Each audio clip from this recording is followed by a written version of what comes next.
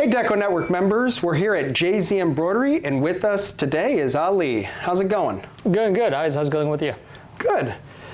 Ali's been a Deco Network member for how long? Since December last year. Okay, so you signed up, within the last year. How's it helped change your business and make it run more smoothly? Tremendously, I would say, because before that we were scrambling around trying to find orders, due dates, and notifying customers. But since we got Deco, it definitely helped us tremendously, because not just it helped us organize the production and everything else, but the fact that Deco lets customer know that, hey, your order is ready to pick up now from the time you get an email, and not wait till my 5 p.m. before pickup time, and we close at 6, so it was that only 1 hour gap they had to get here from getting off their job. So it was a struggle, but with Deco, I'm finishing a job, my production lady team is closing the job, customer knows to come pick it up the very second. Most of them are within a few miles, and they'll be here in 5 minutes, pick up the product, and they're out of here. And then the payment system, everything just runs very smooth. And you're kind of alluding, you started with the order management business hub side of things, and you kind of view the website as kind of like a cherry on top that you have that ability to refer your customers to, but the order management is what really sold you on the power of Deco Network. Absolutely, and especially comparing the competitors out there, when I was told that Deco has the website version of it, that really sold me, like, hey, I can cherry on the top, like I said, I can come to that point where we can make websites and do drop shipping. But for right now, the order management, what the key was, we were looking for help in tremendously, and like I said, it really helped us with the entire production flow, from ordering, plugging in the live ordering system through Deco, shipping, all of that stuff. Absolutely. And you offer a lot of different decoration processes. I mean, this is a new type of machine. What are we looking at here? Yes, so we just got this. We're probably going to be the third one in DFW to have this. It's a brand new UV DTF. It makes the transfers for any hard surface, if you will. So if you look at that, it's pretty much just, instead of your typical version of putting a mug inside a UV printer and with the rotation device, this is something where now customers can buy 4, 5, 10, 20, whatever it is, buy this sheet from us in a sheet format, peel and stick, and peel the clear the coating on it, and voila, you have yourself a nice little 3D look on a tumbler, mug, cutting board, any hard surface out there. And you will actually do the application for some of your customers when they say, hey, I need 100 of these mugs or something. But the beautiful thing is, anybody who's ever sublimated knows you have to start on white. Right. These don't. So they've opened the door to a lot of other products that you couldn't print before. Right. And depending on who you're working with, sometimes you just give them the stickers themselves to apply to whatever they need it to be. No, absolutely. Before, if somebody would come in, like, I want just 1020, I would look and say supplier, and say supplier, most of them won't sell me 1020 with a logo on it. And if they do, it probably will be most likely one color. But with this technology now, it allows me to do multicolor, and having a printer in-house, I can take that 1020 pieces, no minimums, and be able to charge more, because the customer will be just glad that somebody can do it, versus, sorry, it's not possible under 25 pieces or 30 pieces, if you will, whatever that case might be. So yeah, this is a game changer. And the cost is extremely low on this one, so it's just a win-win situation having a printer. And just in general, DTF is a game changer. I mean, this is like phase 2 of DTF. Phase 2 of DTF, and more to come. When did you first get into your traditional DTF machine? So we got our DTF machine just about a little over 3 years ago, and a while ago in DTF terms. And yes, absolutely, because it was very new in the market. I think it's like a 4-year-old technology, and when I got it, I remember we were excited and sharing on Facebook, and there were only 8 people in the US had it. And of course, we are 3 years down the line here now, and probably about 800 people have it. But we got 2 big commercial machines, and we have screen printers and other home-based business buying gang rolls from us and selling it on their site. And so some of them are applying it, some of them are just playing a middleman. Playing the middleman. Yep. It's amazing. Yeah, absolutely. So can we go check out the rest of the shop Absolutely, and see some of this DTF stuff you got going on? So sorry, we still have to move this in the back. We just got it last week. So this is our production area. Come on in. Just a little shipping department. Again, I'm not really a huge shop. It's only 2,600 square feet. This is where we do the DTF 1, and then that's the DTF 2.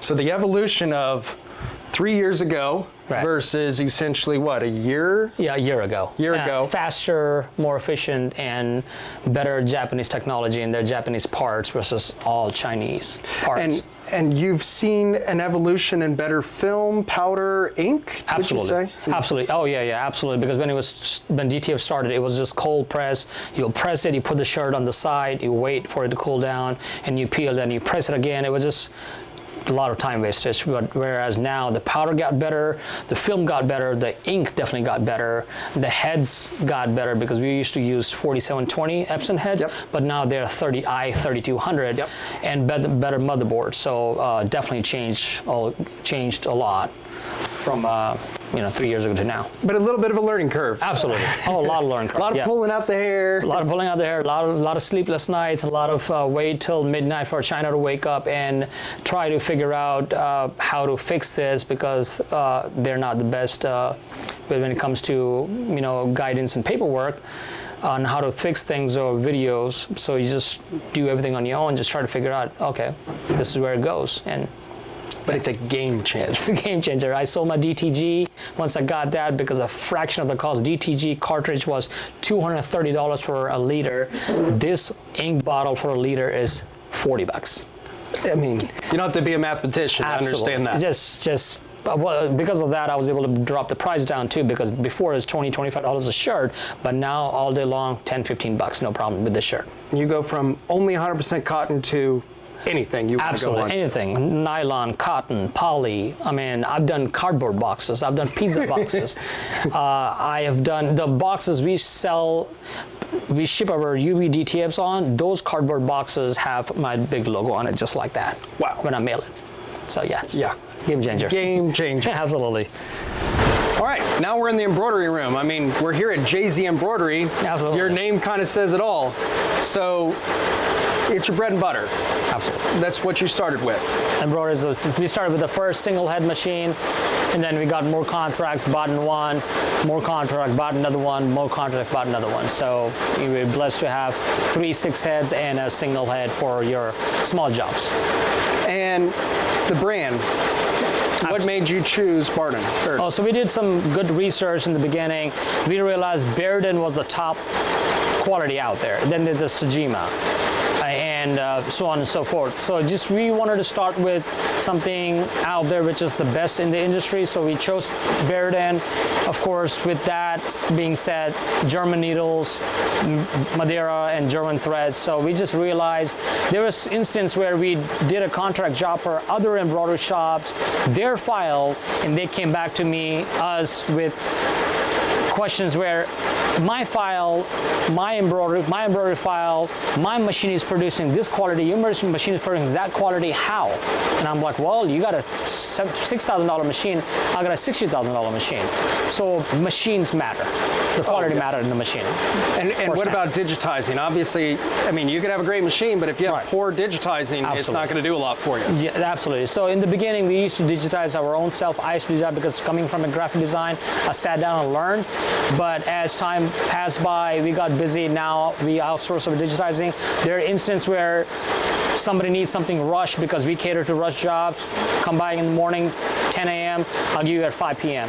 At that point, I'll sit down and digitize real quick because I got better at it. 40 minutes, 30 minutes, I'm done. But mostly we outsource digitizing just because it's not worth sitting down my hour, 2 hours to digitize versus I can outsource and cheaper. You know, a year ago, I used to pay around $10 for digitizing. Right. Then I learned, you know what? I'd rather pay the $17 for perfect digitizing. What do you think's a fair left chest hat digitizing for most jobs? No. Honestly, with the competition out there, the phone calls we get every single day. Oh my gosh, aren't they annoying? Yes. Every day. Every day. It's like they all have the same list. Yep. So I would say yes, it matters, because we get calls like, oh, we'll charge you $3, we'll charge you $5, and I'm like, you get what you pay for. Yep. So at that point, yes, we give out digitizers to the one who's charged $15, and they really focus on small letterings too if we need to. But our digitizer we has been working for about 15 years now. Wow. Sorry, 8 years. The digitizer we work for. So it's a great relationship we got with them. Yeah, and it's that relationship. Absolutely. Sometimes, your customer will give you a last-minute request. Absolutely. You don't want a digitizer to recharge you the whole thing from scratch versus, hey, we'll take care of updating that, or right. Hey, I need it shrink. You can't just shrink digitizing like a vector. Yeah. But yes, a good digitizer will take care of you. They're not looking at like Absolutely. They're starting from complete scratch. Absolutely. And when I first bought my first embroidery machine, I thought, okay, I'll get a good digitizer, right. I'll get a good piece of equipment, right. And all I have to do is be good at hooping. Sure. I can offer embroidery. And when that tech comes to your shop and they get it all perfect and all your tension is good, and then they go away, and you start wearing down the machine. Then it's all the variables. So when I learned from embroidery, tension, thread, quality, needle. Absolutely. When it comes to the needle, the age of the needle, how dull it is, what the fine point is. So how long did it take you to kind of master the art of embroidery? Well, you're like you said, when the tech leaves, there's just you learning it. And of course, since we started so many years ago, there was no videos out there, tutorials out there, so we had to learn on our own. I would say for us to master, it took us about a good couple of years for us to really come down to where, okay, what everything matters, how everything matters, from thread, needle, quality, branding, age of the needle, like you said, digitizing quite a bit. I would say about a good 2 years. And then we were confident that, and not to mention in embroidery location. I have seen some customers come to me. One customer came to me, the logo was on a rib. And I thought that was meant to be. So I didn't question him. But then when he gave me the job, I'm like, hey, just curious, what made you come to me? Because I see you already have a guy doing it. It's like, this is what made come to me. I'm like, what do you mean? This was not meant to be a rib? He's like, no, this was supposed to be a left chest. I calculated it was 14 inches down from the seam. And so I've seen some work out there where it's far out, far in, far low, far high, collarbone. So that matters too. That took us a while. We damaged some product, replaced some products. I'm like, okay, this is how you do it. But now it's all eyeballing after 14 years. Yep. Yeah, no, the left chest. Yes. Anybody's ever watched any sports games where the coaches have their stuff? I mean, we're even talking professionals sometimes. Yeah. I am now a left chest guru as far as I'm always looking at it. Like I see it all the time. Yeah. Makes sense. Right. So good machines. The thread, Madeira Polyneon 40. Right. It's by far the most popular. I love Madeira products. What type of backing do you use? I mean, it depends on the product. It depends on the detail of the design, I assume. Yes, absolutely. So if you got polyester, one of those dry fit, 100% polyester shirts, we use the thinner backing with the mesh on the back. Yep. And with the support of a regular 3-ounce backing. Okay. But that's what we do. We do a combination. Yes, a combination. A little thing that you just realize, the hand's better. Yes. It's got the stability. The hole's better, yes. And then if we get a job where we want to impress the customer, after the job is done, not just we steam our jobs. If you come here, you get the ring from the embroidery ring. You get that marking. You get that from the hoop. Yep. The hoop, the marking from the hoop. We go and steam it, because once you steam it, it goes away. And to top it off, sometimes it depends on the job and the time frame. We press the shirt. If you press the shirt, that embroidery just looks super crisp. Just the quality changes dramatically once you press the shirt on an embroidery. Press it after, before, or both? No, once the job is done, just after. I take this and I press it. It just makes it look like dry cleaning shirt, or what do you call it, starch. Yep. Yes. And so when you trim this, because again, this is all over the place with a lot of shops. Right. Some customers are like, I don't want that backing. You need that backing. Right. I mean, you really do. But did you have to trim this front at all? Or was that just how it was sewn from the machine? Did you have to take your little scissors and trim it a whole? I mean, you always, regardless of the machine, you always have those here and there, but not all the time. So out of this entire job I got, I would say this is about 200 pieces ongoing. I would say about 30% you have to, we do look at everything, and we do have to trim here and there. But at the most point, the digitizing done well, and you can't control the machine sometimes. But yes, you get those times and times trimming you have to do, so we do have to clean up. Do you ever do an eco solvent on top depending on the material? I've never done that. Okay. Yes. No, Never had it. we've been doing that a little bit on some thinner polyesters. Okay. But backing, I mean, it's a big part of embroidery. Yes, absolutely. I mean, you probably spend more in backing than you do on thread. Is Absolutely. that? Yes. So again, Yeah, don't think that thread is your biggest cost. Absolutely. I mean, what, in this design, how much are you charging the customer? So, of course, it depends on the quantity, but this is a typical, we charge up to 8 to 15,000 stitches, a typical left chest design based on the quantity, but this particular job, it was about a 650. 650. Because it's 325 pieces. And how much do you think you have in material cost in this left chest, if you had to guess? Without the overhead. Yes, yeah, just material. I would say about $1.75. Okay. Yeah. That was a little bit higher than I thought, but again, he's using premium backing and so forth. That mesh is expensive, but I can't tell you how it's worth every penny. Absolutely.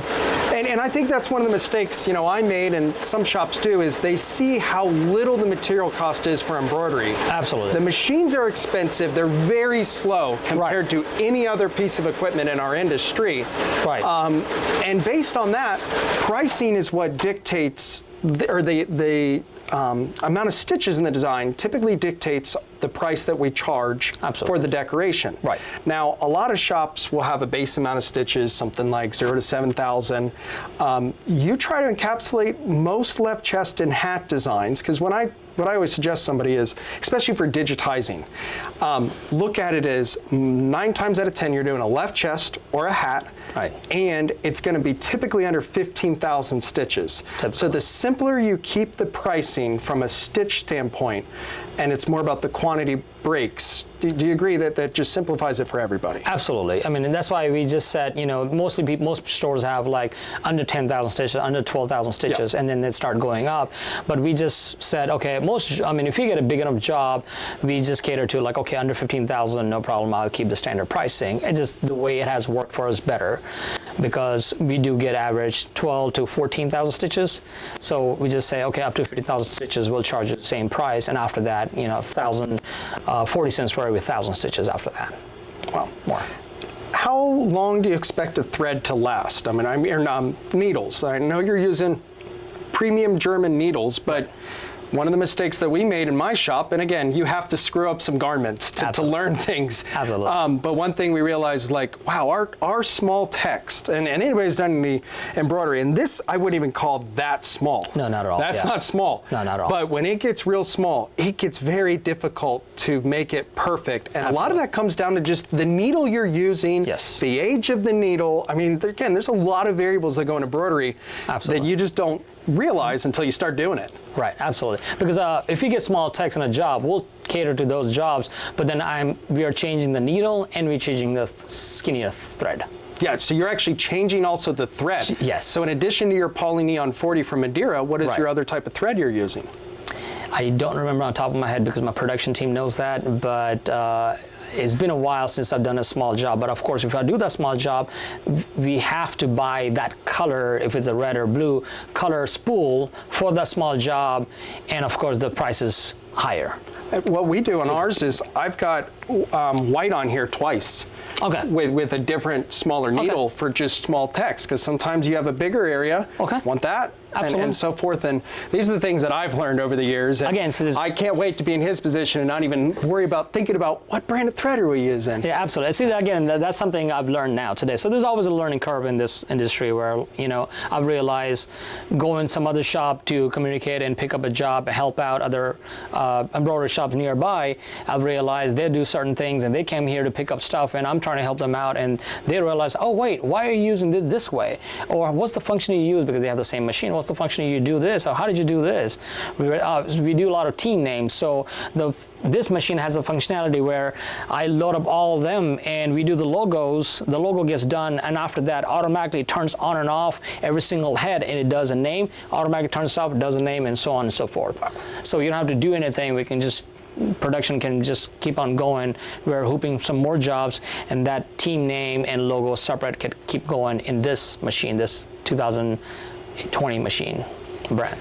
And what I hear at a lot of trade shows is our machine goes this fast and it does this. Oh, yes. And I think speed is overrated because, I mean, if I've got to do a lot more trimming, if I'm screwing up more product, you kind of used the analogy earlier today where you're driving a car and you always see that one person weaving in and out of traffic, being fast. Right. And then you know what you end up doing? You end up stopping at the next red light right next to them. Right. And it's like, yes, you didn't get anywhere with absolutely. it. So it's one of the biggest mistakes, would you agree, is these techs come in, they can run that machine, they'll put in their own job. It's Sure. real easy. Right, real easy. And the machine is perfectly tensioned, everything's perfect. Right. And It's they'll run brand it new. at the very top speed. They're just redlining it. Right. And just turning it down 10% can make your life much easier. way easier. Absolutely, we realize that because my concept is like, why go fast?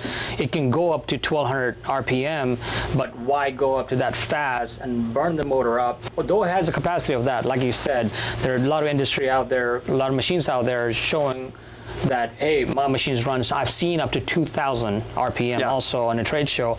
But do I want to go that fast? Am I in that much hurry? No, the customer gave me some time. I took some good amount of time. So slow is better. It's actually, I was told, and I've done this before, where if you keep the machine under 500 RPM, it's actually sews better. But again, 500 is too slow. So we go about 750, and it's great. Compared to 750 to 1,000, you might save, on a 15,000 thread job, stitch job, you might save a minute. I'm okay with not saving that minute and having a clean job. Makes a lot of sense, and again, I think it's a mistake that you kind of have to make, or hopefully you're watching this video and maybe you think, you know what, maybe we'll turn it down 100 or 200 RPM because I know at the last Long Beach show, ZSK was showing this 2000 stitch needle, or 2000 RPM, and it was really cool. Right. But we kept walking by it, and they were always redoing things. And it's like, if I got to stand next to the machine, it's not worth it at all. Absolutely not. Now, if we look over here, you've got a wall of thread. How many colors of thread do you have here? And then, and then obviously you have to order some, but you've got a nice collection. If I have to guess, it's probably about 70 colors. And of course, us having so many, us having 3 6 heads, we normally buy at least 12 of each color, so we can at least do a job in 2 6 heads. Unless the job is big enough, then we have to run all 6 heads, all 3 machines, 6 heads, then we'll go into buying that 18 threads to cater the job. But again, we have enough time. Nobody's rushing us on a big job. Most customers understand, hey, I'm giving you a 1,000-piece hat. I'll give you a month. And they're not going bad overnight by any means. No, not at all. I mean, absolutely. You don't. I mean, it's not good to have it open for years and years, but we don't keep it for years and years. We use it. Most of them we end up using once a month at least. And what is your average turnaround time? Does it depend on the size of the job? Yes, but it is. But within 20-mile radius, we're the only ones we cater to 5 to 7 days, while everybody else is 14 business days. Okay. Hence, we get more traffic because there are people who wants their stuff. They can't wait for 15 days. And we also cater to rush jobs. We have instance where a customer comes through the main door at 11 a.m. and I want this 5-piece with my logo and name on it by end of the day. We'll make that happen. Do you do contract, wholesale, retail? Mostly we cater to retail and contract jobs, but again, even the contract jobs are contract anyway. This is your price set for next 3 years on your products, particular products with your left chest and a logo, a name on it, but we don't cater to one of those $4 left chest all day long, because we just realize. How do they make money? I still don't know how they make money. Absolutely. But there's always a race to the bottom for every decoration process. But there's a lot of business out there, and you don't need to just take a big loss. And like you said earlier, I don't care what your revenue is. I care what your profit is. Absolutely. I mean, who cares if you do millions of dollars if you're not profitable? Absolutely. That's the bottom line that actually matters. And you let your customers actually bring you their own product. I mean, we just started school back up. Right. I mean, could you imagine going to school with a Spider-Man backpack and your name right there? You're the coolest kid in class. Absolutely. And it's going to make their day. And you never know. I think about schools. Every entrepreneur who owns a business typically has a child in a school. And you never know who you're actually going to fulfill an order for and what else it's going to lead to. So do you find like a lot of your walk-ins and just accepting, somebody else's product, what it can lead, and you just never know? Oh yeah, absolutely. It benefited us before and has proven beneficial for us and also the fact that in about 20-mile radius, we are the only one who will not say no to one piece. We have no minimum. So this is only 2 pieces, the same customer, 2 kids. So yes, it has brought us a job where mom brought in to do 1 piece. I end up asking him, where do you work? I'll end up getting my foot in the door, and here we are 5 years down the line with that customer giving us a $60,000 job, revenue every year. So absolutely. And I think you would agree with this. In our industry, it goes quality and service and then price. Absolutely. The customer who chases the lowest price is the most difficult to work with. Absolutely. And I don't want them. Now, you let your customers bring in their own products. You have no minimums. When you're buying your own products, who do you go to? Who's your main supplier? I would say Sanmar all day, every day. It's just the customer Sanmar's service. best. Yes. I mean, Sanmar's a great company. Alpha, S&S, there's several others are really great. Sanmar is a pillar. They're great for many reasons. Customer service. Customer service is key for me. And it's just like there are cheaper, I could save 5-10 cents here and there from other suppliers. Absolutely. But hey, Sanmar takes care of me, just like I take care of my customers. And, service matters. Absolutely. But yeah, I mean, you've got a really cool shop. You are a one-stop shop. I mean, you've been in business, since 2009? Is that what you said? Yes, sir. About a good 14 years. Good 14 years. Love being an entrepreneur, I assume. Absolutely. Yeah, my dad was a businessman. His dad was a businessman. His dad was a businessman. So I just always wanted to be one. And here I am, 14 years down the line. Dad and I started this, and we're going. It almost sounds like a cliche. I started a t-shirt business. If you think about like starting a business, t-shirt printing kind of comes up to the top. And I would argue that, with the new technology that's around and the ability to take orders over the internet, it's still a great time. There's a lot of competition in our industry, but we don't look at each other as fierce competition. I mean, you have screen printers who outsource embroidery orders to you, and you outsource screen printers to you. Absolutely. Yet you still probably fulfill maybe orders from the same school, but you don't look at each other like enemies. I mean, is that fair? I mean, it's rare that we see that in one industry. Absolutely, yeah, I would say. So, yeah, I can say this, that just a mile down, there's another